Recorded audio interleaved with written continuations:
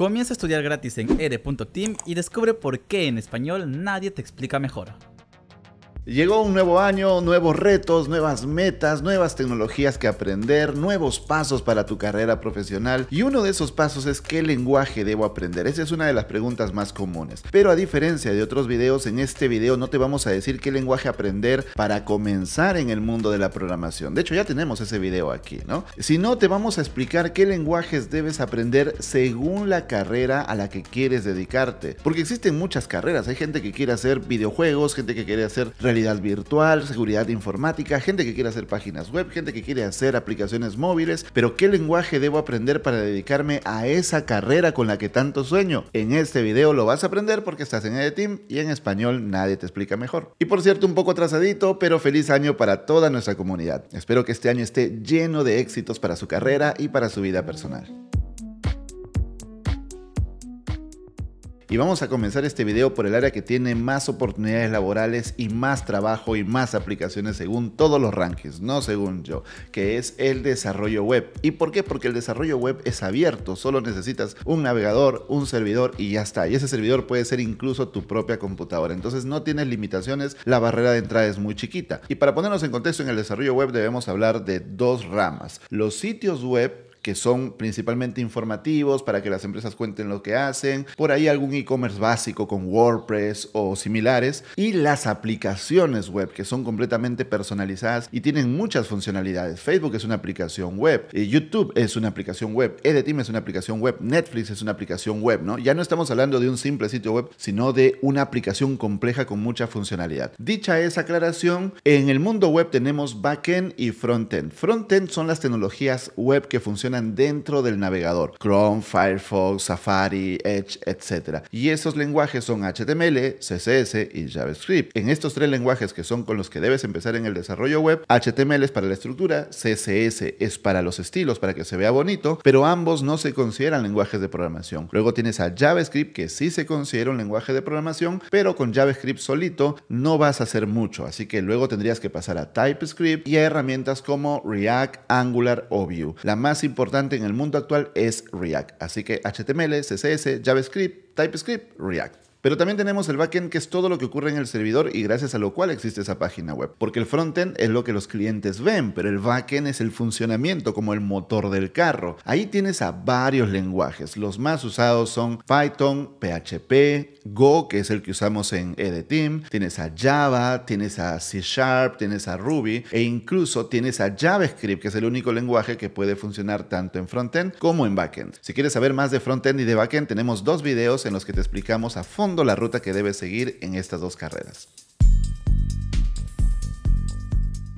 La siguiente área es el desarrollo móvil, que es relativamente reciente porque el primer iPhone sale en 2007 y la tienda de aplicaciones recién en 2008. Así que tiene menos tiempo, pero también hay muchísimo mercado en el desarrollo móvil. Y aquí hay que diferenciar entre dos áreas: el desarrollo nativo y el desarrollo multiplataforma. El nativo es para un sistema operativo específico, ya sea Android o iOS, y el multiplataforma que funciona para todos. Comencemos por el nativo, y en el lado de iOS, es decir, iPhone, desarrollas con Swift. Swift es el lenguaje oficial de Apple, desarrollado por ellos mismos y lanzado allá por el 2016, si no me falla la memoria, y que reemplaza al viejo Objective-C, que era bastante complicado de programar con este lenguaje. Entonces Swift es mucho más sencillo, le gusta a los programadores, y Swift no solamente se utiliza para iOS, sino también para macOS y también para los relojes de Apple. Por el lado de Android nativo tienes a Kotlin y Java. Sin embargo, Java fue el primer lenguaje. Google se ganó una demanda con Oracle por el uso de este lenguaje, y como JetBrains, una empresa muy conocida en el mundo del desarrollo, creó Kotlin, que es completamente interoperable con Java, es decir, los dos pueden funcionar en el mismo proyecto. Google decidió apostarle todo a Kotlin, creó una fundación, metió dinero para apoyar al desarrollo de Kotlin, y hoy por hoy Kotlin es el lenguaje oficial para desarrollar aplicaciones nativas en Android.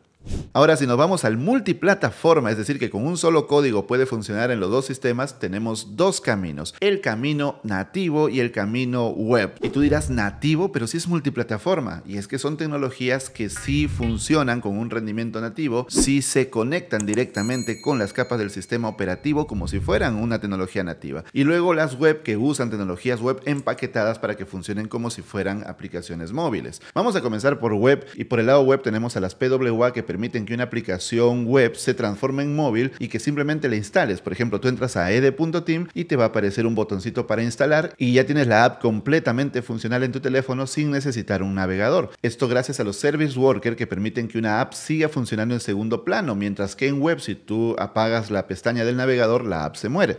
Por otro lado tenemos a Ionic, que es un framework bastante conocido que inicialmente funcionaba con Angular, ahora funciona con React, con Vue y otras tecnologías. Y también tenemos a React Native, que aunque en su nombre dice Native, técnicamente no lo es porque hace un puente, hace un bridge para comunicarse con el sistema operativo. Y luego tenemos a las tecnologías que realmente tienen un rendimiento nativo. Ahí la más usada y la que está marcando un antes y un después en el desarrollo móvil es Flutter. Y para usar Flutter necesitas el lenguaje Dart, así que ese es el lenguaje que debes aprender. Tenemos un video aquí en EDTeam explicándote qué es Flutter, y además tienes del lado de Microsoft a Xamarin, aunque Xamarin se va a cambiar el nombre, o ya se cambia el nombre a MAUI, ¿no? Que van a ser interfaces multiplataforma para que con C# y todas las herramientas de .NET tú puedas desarrollar para todas las plataformas. Si quieres saber más de qué es .NET, tenemos la mejor explicación en español aquí en YouTube.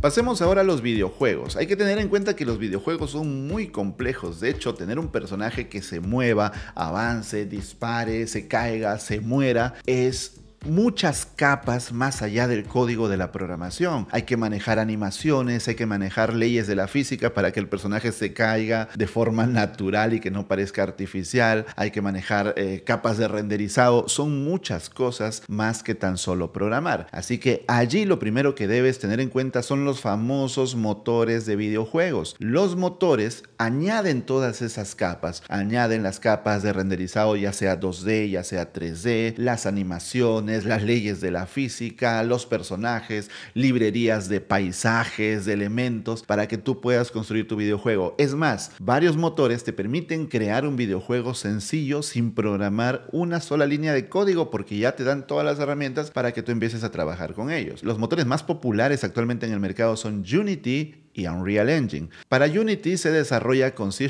y para Unreal Engine con C++. Pero en el caso de Unreal Engine tiene además una completa API con Python, así que podrías usar Python también para tus videojuegos. Con estos motores y lenguajes se crean juegos tan famosos como Fortnite, GTA, Half-Life, Pokémon Go y muchos más. Además de que estos motores te dan las herramientas para poder crear un videojuego básico sin escribir una sola línea de código, también debes tener en cuenta que crear un videojuego es como crear una película. Hay muchas personas involucradas de diferentes áreas. No son solamente los programadores, es muchísimo más. Salvo obviamente que quieras hacer un juego indie o de bajo presupuesto. Y algunos de ellos han sido súper exitosos como Flappy Bird o Among Us. Otros lenguajes para el desarrollo de videojuegos son Java, con el cual se desarrolló la primera versión de Minecraft, que luego se pasó a C# y a C++, y también JavaScript, porque JavaScript es el lenguaje de la web y los navegadores hoy por hoy tienen una capacidad gigantesca de procesamiento, son casi un mini sistema operativo. Por lo tanto, con JavaScript podrías crear juegos desde básicos hasta complejos. Para JavaScript tienes motores como Phaser, Pixie.js e incluso puedes utilizar librerías para 3D como Three.js o librerías de realidad aumentada. Y un lenguaje que quizás no conocías pero está muy presente en el mundo de los videojuegos es Lua. Lua se ha usado en el desarrollo de juegos como Roblox, World of Warcraft o Sonic. Y ahora vamos a las aplicaciones de escritorio, las que se instalan en el sistema operativo, donde existe un lenguaje que es el líder absoluto: C++. Este fue escrito en 1979 para añadirle programación orientada a objetos a C, y gracias a su bajo nivel y su capacidad para comunicarse con el hardware, es el preferido para desarrollo de escritorio. Aplicaciones legendarias como la suite de Office, Word, Excel, PowerPoint, la suite de Adobe, Photoshop, Illustrator, Premiere, After Effects o programas open source como GIMP están escritos con C++.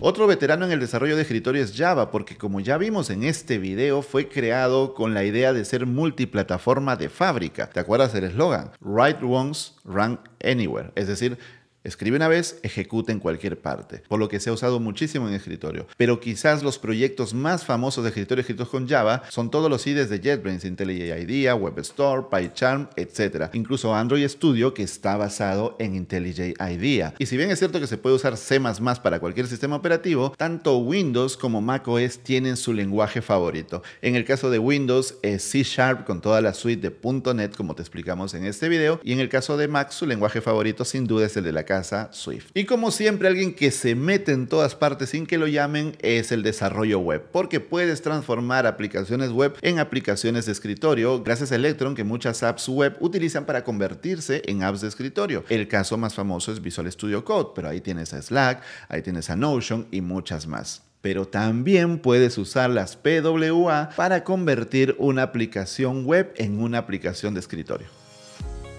Domina las carreras del futuro y trabaja en cualquier lugar del mundo sin salir de casa.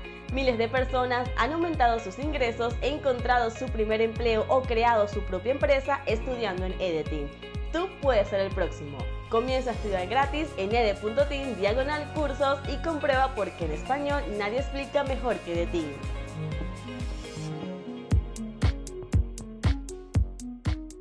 Y ahora vamos al campo que está revolucionando los últimos años de la tecnología y creo que 2023 va a ser su año definitivamente, y es la inteligencia artificial. Y si te quieres dedicar a este campo no tienes que pensarlo dos veces. Python es tu lenguaje. Si bien es cierto existen otros lenguajes como por ejemplo R, este es un lenguaje científico muy poderoso, pero que a muchas personas no les gusta justamente porque es complejo de aprender. En cambio Python puede hacer lo mismo con una curva de aprendizaje mucho más sencilla. Recuerda que tenemos cursos en EDTeam para que comiences en la inteligencia artificial y también tenemos un video aquí en YouTube explicándote por qué Python es el lenguaje número 1 del mundo actualmente. Y es que el poder de Python en la inteligencia artificial y en la ciencia de datos, que están muy relacionados, no solamente es porque es un lenguaje sencillo, sino por todo el ecosistema de librerías y herramientas que se han creado alrededor. Quizás la más famosa de todas es TensorFlow, esta librería de Google escrita en Python para crear redes neuronales. Luego tenemos a Keras, que se usa para Deep Learning y que corre encima de TensorFlow. E incluso PyTorch, una librería también escrita en Python, desarrollada dentro de los laboratorios de Facebook y que nada más y nada menos que Tesla utiliza para el manejo automático de sus autos.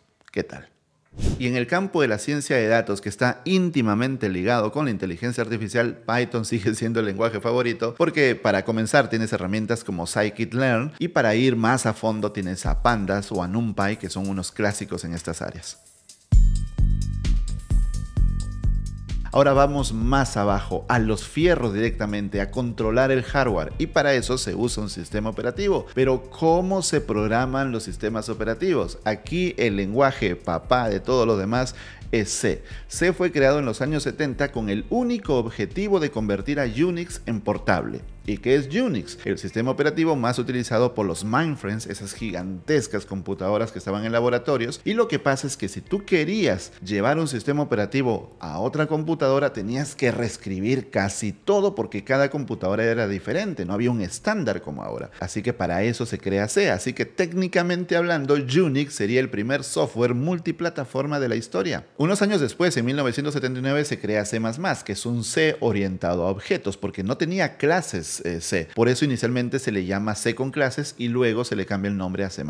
Históricamente, estos dos lenguajes han sido desde los años 70 hasta el día de hoy los más usados en el desarrollo de escritorio. Impresionante que no haya cambiado en tantísimos años. Pero ambos lenguajes tienen un pequeño problemita con el manejo de la memoria, como ya te contamos en este video. Y es que le delegan demasiada responsabilidad al programador, así que si el programador mete la pata en algo aunque sea pequeñito, deja espacios de memoria libres por los cuales se puede meter un atacante y hacer de las suyas en los sistemas. Esto es algo histórico y en el año 2010 se lanzó el proyecto Rust, que busca prevenir estos problemas. Así que Rust es compatible con C++ y con C, pueden convivir en el mismo proyecto, y lo que busca es al fin tener un sucesor para estos lenguajes ya legendarios, ya antiguos, que no es que estén mal, pero siempre es bueno ir evolucionando, ¿no? Rust ya está lo suficientemente maduro para que Linus Torvalds haya dicho que se va a incluir a Rust en la próxima versión del kernel de Linux. Así que no es un experimento. Pero no solamente eso, sino que el año pasado, en julio de 2022, Google lanzó su nuevo proyecto, Carbon. Este es un nuevo lenguaje que intenta ser el sucesor de C++. Así que probablemente en los próximos años veamos a nuevas caras en el desarrollo de sistemas operativos aparte de C y de C++. Vamos a hablar de realidad virtual y realidad aumentada. Y seguramente te viene a la cabeza el metaverso, ¿no? Esta palabra de la que se ha hablado muchísimo, pero al final parece que es una promesa más que una realidad. Pero pongámonos en contexto. La realidad aumentada es agregarle cosas a la realidad. Por ejemplo, ponerte unas gafas y que cuando yo vea a una persona en las gafas me salga su nombre, su edad, su teléfono o algunos datos adicionales de las ciudades. Tal vez estoy caminando y me sale la ruta directamente en los lentes sobre las calles. Eso es realidad aumentada. Mientras que la realidad virtual, como su nombre lo dice, es crear una realidad nueva completamente. Para eso se utilizan cascos que te aíslan totalmente de la vista del exterior, audífonos que te hacen escuchar otras cosas, incluso algunas plataformas y algunos aditamentos adicionales que hacen que realmente sientas que estás en otra realidad, en una montaña rusa, en un videojuego, en una oficina, en un tren, en el espacio, en la luna, etc. Las capacidades son enormes para esto. Sin embargo, estas tecnologías van más ligadas al entretenimiento o a algunas aplicaciones específicas como productividad, pero no siento que sean una gran revolución, que sean una gran disrupción como nos lo vende el metaverso. Creo que va a ser una tecnología interesante, pero no va a ser un cambio total en el mundo tecnológico. Ahora, ¿cómo se desarrollan estas tecnologías? Lo importante que tienes que saber es que no hay un lenguaje específico para desarrollar realidad virtual o realidad aumentada. Así que más que lenguaje vamos a hablar de plataformas. Y existen 3 plataformas sobre las que puedes desarrollar realidad virtual o aumentada. La primera son los motores de videojuegos que ya vimos hace un rato. Unity, Unreal Engine y muchos más, ¿no? Pero estos 2 son los principales. ¿Por qué? Porque obviamente se usa muchísimo en los videojuegos la realidad virtual y aumentada y ya estos motores te dan todas las herramientas que necesitas para trabajar. Por otro lado está el mundo web, que la web se mete en todas partes, ¿no? La web es tan abierta que casi no hay lugar donde no le puedas dejar meterse. Entonces la web tiene la ventaja, como te dije, que los navegadores son casi un mini sistema operativo hoy en día. Las Chromebook lo demuestran. Entonces su poder es enorme. Y tienes librerías como A-Frame o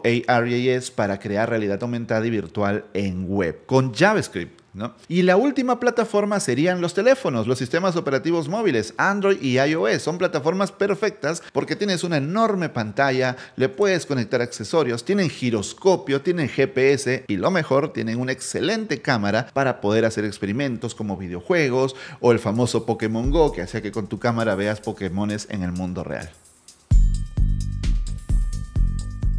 Vamos a hablar ahora de los Database Administrators o los administradores de base de datos. Y es que la administración de base de datos, estrictamente hablando, no es un área de la programación, es un área más ligada a los sistemas. Es más, el lenguaje SQL no es considerado un lenguaje de programación porque no puedes crear una aplicación con SQL, así como HTML o CSS. Sin embargo, la importancia del manejo de la base de datos es tan grande en la tecnología que no podemos pasar por alto esta área. Como debes saber, existen 2 tipos de base de datos, las relacionales o SQL y las no relacionales o no SQL. Y si no lo sabes, tenemos estos videos aquí en nuestro canal de YouTube para que descubras mucho más de las bases de datos. Para las relacionales, el lenguaje que tienes que aprender obviamente es SQL, porque es el mismo lenguaje que utilizan motores como MySQL, Oracle, Postgres, SQL Server y más. Con algunas variaciones, pero con saber SQL ya estás listo. Mientras que en el lado de las no relacionales es diferente porque no existe un lenguaje único. Lo que existe es una API y una documentación, así que tú vas a consumir esa API con el lenguaje con el que estés trabajando en tu proyecto. Una famosísima frase del profesor Gene Spafford es que la única computadora segura es la que está apagada, metida en un bloque de concreto y guardada en una habitación revestida de plomo y con guardias de seguridad en la puerta. Y aún así no estoy seguro. Esta frase es de 1989, hace 34 años, y sigue siendo tan relevante al día de hoy como en aquellos tiempos. Y es que todo sistema es vulnerable de ser atacado independientemente de qué tan buenos programadores tengamos. Por eso la seguridad informática es uno de los campos en los que se mueve más dinero y más recursos. Todos los días nos aparecen noticias de empresas que han sido hackeadas, que sus datos han sido robados y obviamente ninguna empresa quiere ser la próxima en las noticias. Por eso son tan requeridos los profesionales en esta área. Y el lenguaje más usado en la seguridad informática es un viejo conocido, Python. ¿Y por qué Python? Porque es fácil crear scripts que automaticen tareas con Python. Entonces tú puedes crear un script que esté buscando vulnerabilidades en los sistemas de manera automática o, por ejemplo, viendo todos los puertos de un servidor a ver si algún puerto ha sido dejado abierto para meterte. A esta práctica se le llama pen testing, es decir, pruebas de penetración, pruebas para meterte a un sistema. Pero además de Python debes saber SQL para entender cómo se están almacenando y cómo se están protegiendo los datos e incluso para encontrar patrones sospechosos o malas prácticas que deban corregirse. De hecho, las inyecciones SQL hasta el día de hoy tristemente siguen siendo una de las formas más comunes de atacar sistemas. Por último, un profesional de la seguridad informática además debe entender de Linux, de Bash y lenguajes como C y C++, porque con ellos están construidos los sistemas y de esa manera pueden comprender su funcionamiento. Y cerramos esta lista con un área que muchos programadores dejan para después. Y no estoy hablando de la documentación. Estoy hablando del testing, que nos evitaría muchísimos dolores de cabeza si lo implementáramos de la forma correcta en todos nuestros proyectos. Existen 3 tipos de testing básicos: los test unitarios, los test de integración y los test end-to-end. Vamos a ver uno por uno. Los unitarios se encargan de probar cada una de tus funciones, por eso se llaman unitarios, porque son específicos para una función. Tú escribes una función y escribes su test, o al revés. Primero el test, luego la función. Esta metodología se llama TDD o Test Driven Development y obviamente implica que escribas el test en el lenguaje en el que estás programando. Así que no hay un lenguaje específico para estos tests. Luego están los tests de integración, que lo que buscan es analizar que cuando se junten el código de varios programadores, cuando se fusionan, el famoso merge, no se rompa nada. También puedes escribir esos tests con el lenguaje que te dé la gana. Incluso hay varias aplicaciones y herramientas que te permiten automatizar estos tests en el famoso ciclo de CI/CD dentro del pipeline de DevOps. Si quieres saber mucho más del mundo de DevOps, tenemos la mejor explicación aquí en nuestro canal de YouTube y tenemos un curso para comenzar en nuestra plataforma.